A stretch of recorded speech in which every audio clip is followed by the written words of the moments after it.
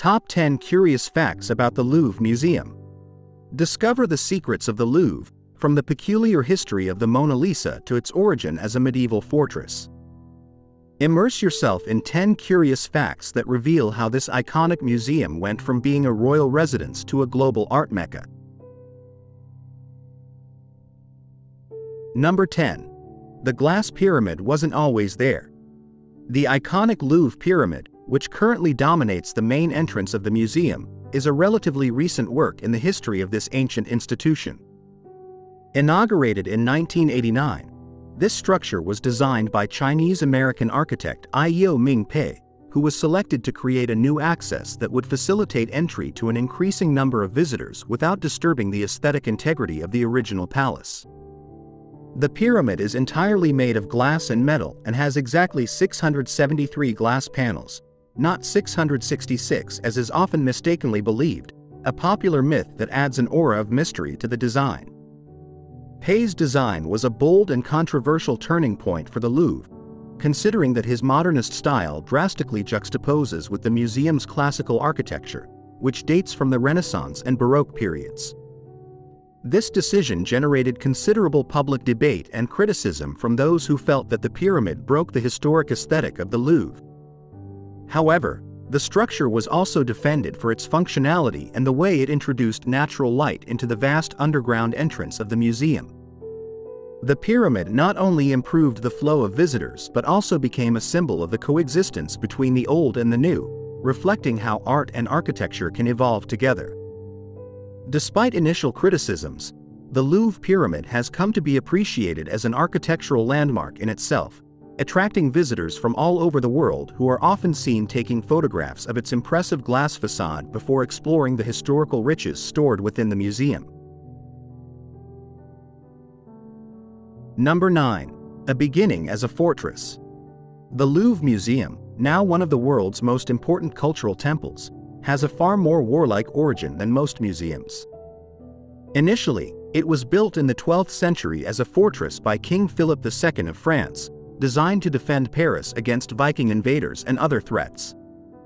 This fortress was strategically located on what were then the outskirts of the city and had thick stone walls and a defensive moat, typical features of military constructions of the time. As threats to Paris decreased and the city grew, the fortress lost its original purpose and was converted into a royal residence under Charles V in the 14th century. This change from a military bastion to a royal palace marked the beginning of the transformation of the Louvre into a center of art and culture. Over the following centuries, the palace was considerably expanded, adorned with the artistic acquisitions of successive French monarchies. The foundations of the original fortress can still be visited today in the museum's basement, where the remains of the old castle are preserved. This section, known as the Sully Wing, houses the Department of Islamic Arts and offers visitors a visible window into the Louvre's medieval past, contrasting sharply with the art collections that now dominate the vast museum complex. This contrast between the defensive past and the current cultural vocation of the Louvre offers a fascinating narrative of transformation and evolution.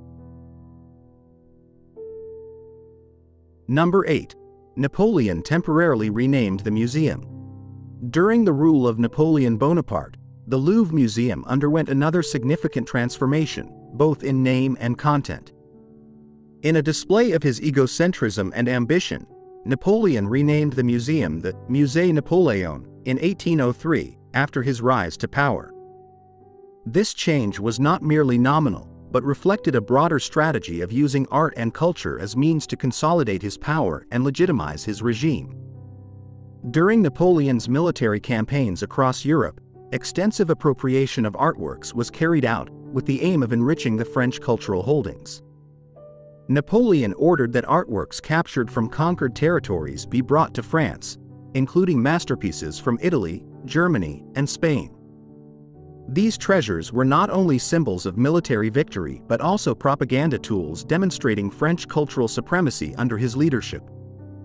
However, with Napoleon's fall in 1815, many of these art objects were returned to their countries of origin as part of peace treaties.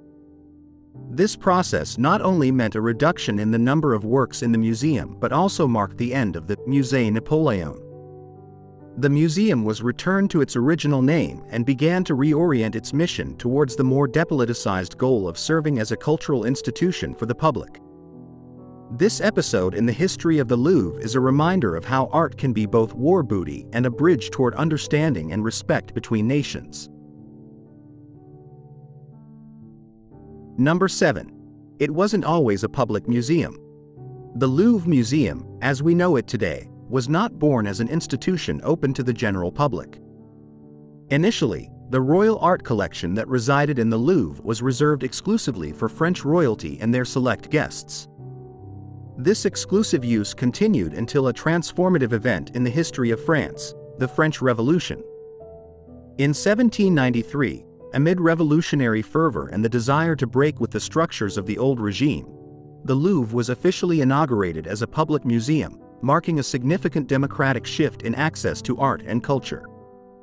The opening of the Louvre as a museum was part of a series of revolutionary actions intended to educate and enrich the French people, offering them access to treasures that had previously been confined to the aristocracy.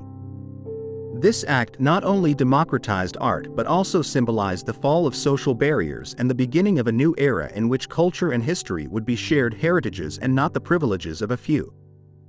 This revolutionary approach to culture helped establish a model for future museums worldwide, emphasizing the importance of education and public access to art.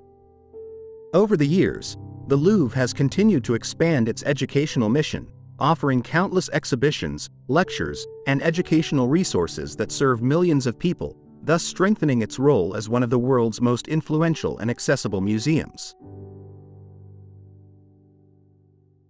Number 6. The Louvre is immense. The Louvre Museum is not only one of the largest museums in the world in terms of physical size, but it is also immense in its cultural and historical scope.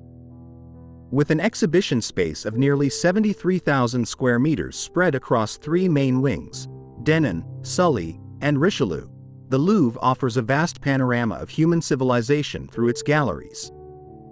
This massive expanse makes it virtually impossible to see the entire museum in a single visit. In fact, it is estimated that weeks would be needed to appreciate each piece with the attention it deserves.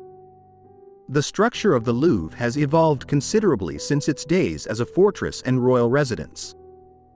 Through the centuries, numerous expansions and renovations have been carried out to adapt its spaces to the growing collections and the needs of the modern public. These modifications have been carefully designed to respect and complement the original architecture, merging the old with the new in a way that each wing of the museum narrates part of the history of the building itself. The size of the Louvre not only reflects its importance as an art repository but also serves as a testimony to its role as an educational and cultural institution. Every room, every hallway, every corner of the Louvre is designed to offer visitors an immersive experience through time and space, allowing for a continuous dialogue between the artworks of the past and the observers of the present. This immensity is not only physical but also conceptual, as the museum continues to expand its horizons through new acquisitions, exhibitions, and educational programs. Number 5. The collection is vast. The Louvre not only impresses with its size but also with the depth and diversity of its collection. Housing over 380,000 objects and displaying 35,000 works of art in its permanent exhibitions, the museum's collection spans from antiquity to the mid-19th century. These works are distributed across 8 curatorial departments that include Egyptian antiquities, Greek, Etruscan and Roman antiquities, paintings, sculptures, Islamic art, decorative arts, prints and drawings, and art from Africa, Asia, Oceania, and the Americas. Each department not only reflects specific geographical and cultural areas but also showcases the evolution of art and civilizations over the millennia. For example, the Department of Egyptian Antiquities is one of the most impressive in the world, with a collection that includes the Code of Hammurabi and the statue of Ramses II. On the other hand, the Paintings Gallery contains some of the most famous masterpieces in art history, such as Leonardo da Vinci's Mona Lisa and Eugene Delacroix's Liberty Leading the People. This vast collection not only attracts scholars and art lovers from around the world but also serves as an invaluable educational tool that allows visitors to understand and appreciate cultural interconnections through time and space. The museum uses this collection to organize thematic exhibitions that explore various themes, thus demonstrating the ongoing relevance of past art in the contemporary world. The Louvre's ability to maintain a coherent and captivating narrative through its vast collection is what truly establishes it as one of the most important and visited museums in the world. Number 4. The Mona Lisa has its own mailroom. The Mona Lisa, painted by Leonardo da Vinci in the 16th century, is perhaps one of the most recognized and celebrated works of art in the world. However, its fame transcends even the boundaries of art, reaching into curious and unique aspects such as the fact that it receives a surprising amount of mail from admirers all over the world. Due to its enormous popularity, the Louvre has had to assign it its own mail address to handle all the letters that arrive addressed to the work. This peculiarity underscores the deep emotional and personal connection that many people feel with the painting. Visitors send love letters, philosophical questions, poetry, and sometimes even requests for advice, as if the Mona Lisa could offer answers from its eternal enigma. This unusual interaction between the public and a work of art not only demonstrates the iconic power of the Mona Lisa but also reflects how people seek to communicate and connect with art in deeply personal and sometimes idiosyncratic ways. The administration of the Louvre has responded to this unique situation with a mix of awe and responsibility, ensuring that each letter is treated with respect, although they are not individually answered. This phenomenon not only adds another layer to the rich history of the Mona Lisa but also illustrates the unique role that art plays in people's lives, serving as a mirror to their most intimate thoughts and emotions. Number 3. The Louvre during World War II. The history of the Louvre during World War II is a testament to the invaluable and vulnerable nature of art in times of conflict. Anticipating the German invasion, the museum took extraordinary measures to protect its treasures. Before the war fully erupted, a meticulous evacuation plan was put in place. Hundreds of artworks, including iconic paintings like the Mona Lisa and sculptures like the Venus de Milo, were carefully packed and transported to safe locations across the country. These shelters included castles, private villas, and even monasteries, chosen for their security and suitable conditions for storing art. This monumental effort was carried out in the strictest secrecy to prevent the works from falling into enemy hands. During the years of occupation, while Nazi forces oversaw Paris, the Louvre remained closed to the public, its empty halls a somber reminder of the oppression the city was suffering. Despite these efforts, some works were seized by the Nazis, although most of the Louvre's collection was saved thanks to the speed and efficiency of the evacuation measures. This period in the museum's history not only highlights the fragility of cultural heritage in times of war but also the determination and ingenuity of those committed to its protection. The successful preservation of its collection during these tumultuous times is a powerful example of the ongoing commitment to safeguarding art and culture for future generations. Number 2. It has more visitors than any other museum. The Louvre Museum is not only renowned for its vast collection and rich, complex history, but also for its unparalleled popularity. This prestigious museum has established itself as the most visited in the world, a title it held with an impressive record in 2018 when it received more than 10 million visitors. This milestone underscores the universal appeal and iconic status of the Louvre, making it a must-visit destination for tourists from all over. The Louvre attracts a global audience not only because of the legendary artworks it houses, such as the Mona Lisa and the Venus de Milo, but also because of its magnificent architecture and privileged location in the heart of Paris.